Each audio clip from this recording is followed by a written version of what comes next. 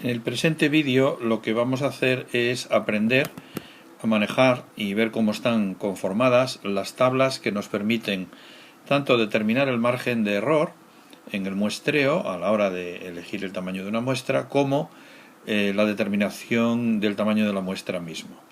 Lo primero que tenemos que hacer, aunque esto pueda sonar un poco elemental, es leer bien el título de la tabla, y fijémonos que aquí se trata de una tabla que determina el margen de error. El margen de error, como sabemos, viene determinado por la expresión que aquí señalo, que en este caso es el error muestral, z por la raíz de pq partido por n, porque estamos hablando de variables dicotómicas, por tanto el caso en el que establecemos proporciones, aunque las proporciones aquí en esta tabla están expresadas realmente en porcentajes. Fijémonos que el valor es 3 porque estamos hablando de un nivel de confianza del 99,7%. 2,58 es el nivel que corresponde al 99%, pero para trabajar con un valor entero, pues este se considera más adecuado este nivel.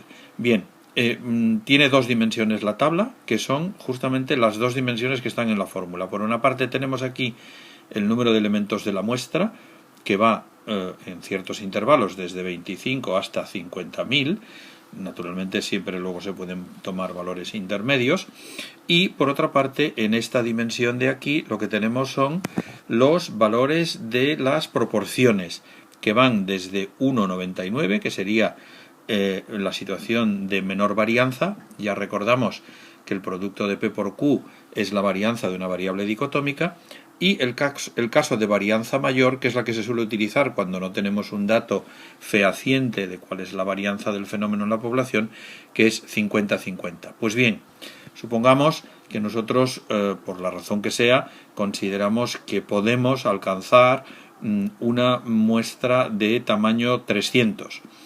Bien, por las razones que sean, que ahora no son del caso, y que nos instalamos en la posición en la que pensamos que la proporción es 50-50. ¿Qué error cometeríamos? Bueno, pues simplemente podríamos aplicar esta fórmula y resolverlo, pero la tabla ya lo hace por nosotros, no tenemos más que venir aquí y ver que el error que cometeríamos es de 8,7%. Aprovechando esta acción, me gustaría que vieseis algo que es importante, que es la relación que hay entre la varianza, es decir, el valor de P por Q, y el error que se comete. Fijaros aquí, en este caso en el que la varianza es la mínima posible, 1,99, el error que cometeríamos para este tamaño de muestra 300 es 1,7, pero a medida que nos movemos hacia la derecha, como veis, los valores del error van creciendo a medida que la varianza del fenómeno va aumentando. ¿Veis? Por tanto, quiere decir que para un mismo tamaño de muestra, a medida que la varianza del fenómeno aumenta, el error que se comete es mayor, lo cual parece bastante razonable. En esta segunda tabla nos encontramos con lo mismo. Lo único, ¿veis? Determinación del tamaño del error, margen de error, pero ahora es 95,5, que equivale a 2 sigma. 95% equivaldría a 1,96, que es un valor con el que estamos ya familiarizados. Nuevamente la fórmula del error es raíz de PQ partido por n.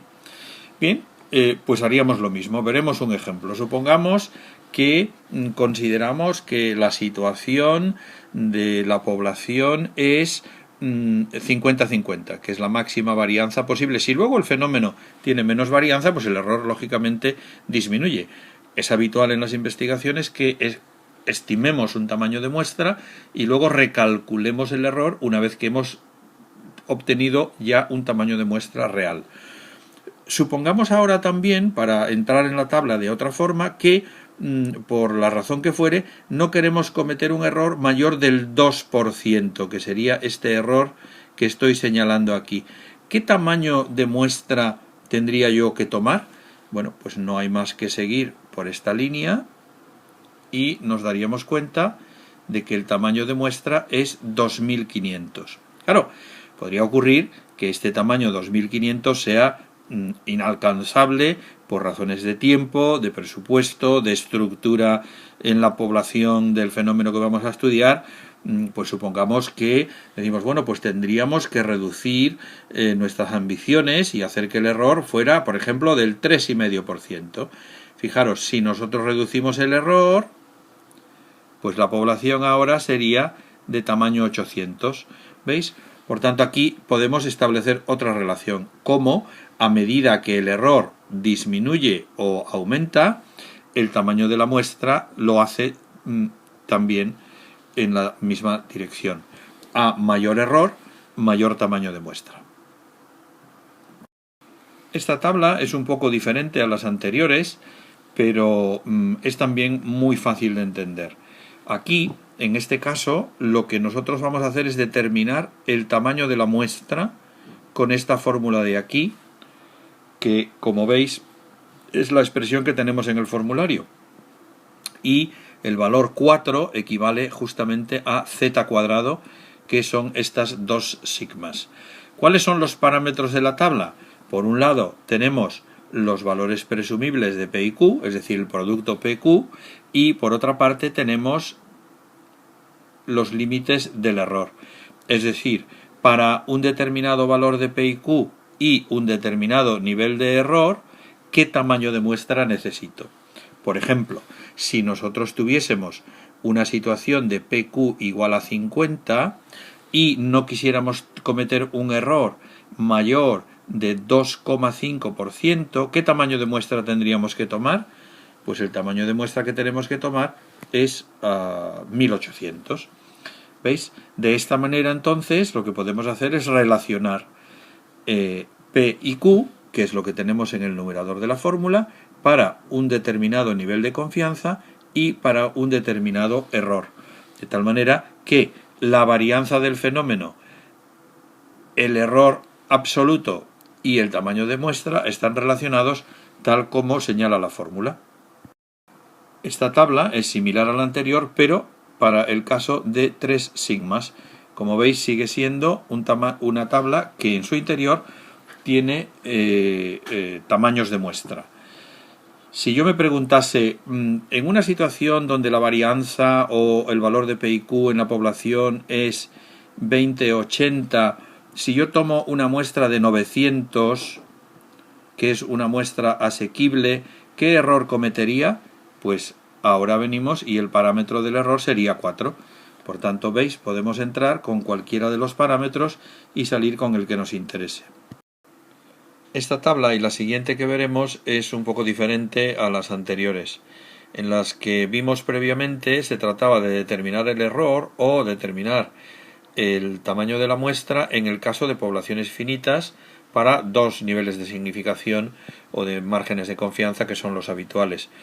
En este caso la tabla es un poco diferente porque se trata de poblaciones finitas, por tanto poblaciones que tienen menos de 100.000 elementos. La tabla es muy sencilla de utilizar. Aquí el margen de confianza sería del 99,7, lo cual quiere decir que z sería igual a 3, aunque ya viene integrada en la propia tabla. Entonces lo que tenemos aquí es tamaños posibles de la población que irían, como veis, desde 500 elementos hasta 100.000 y por otra parte unos ciertos márgenes de error que van desde el 1 hasta el 5%. Lógicamente, no, para valores intermedios o distintos de los que aquí figuran, tendríamos que utilizar la fórmula que ya conocemos y tenemos en el formulario y calcularlo. Pero esto nos puede dar una primera aproximación, incluso pues cuando tenemos que tantear para empezar a planificar un proceso de muestreo en una investigación dada. Supongamos, por ejemplo, que el error que no queremos cometer un error superior al 3% y que la amplitud de nuestra población es, por ejemplo, 6.000, que es aproximadamente, muy aproximadamente, el número de alumnos que tenemos en cada nivel escolar, por ejemplo, en el sistema educativo navarro.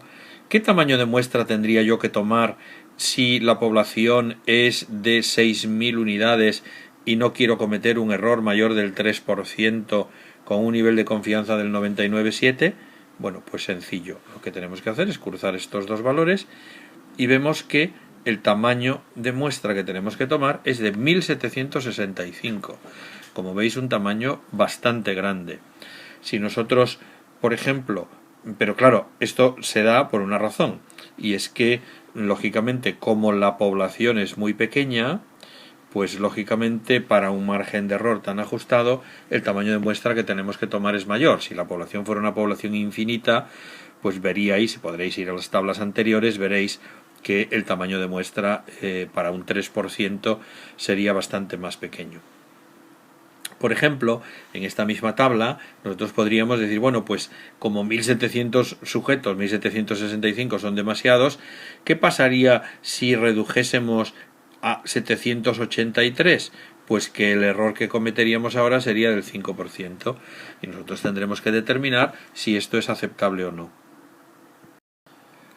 Bien, y esta es la última de las tablas, donde lo que determinamos es el tamaño de la muestra también, pero ahora el margen es del 95,5.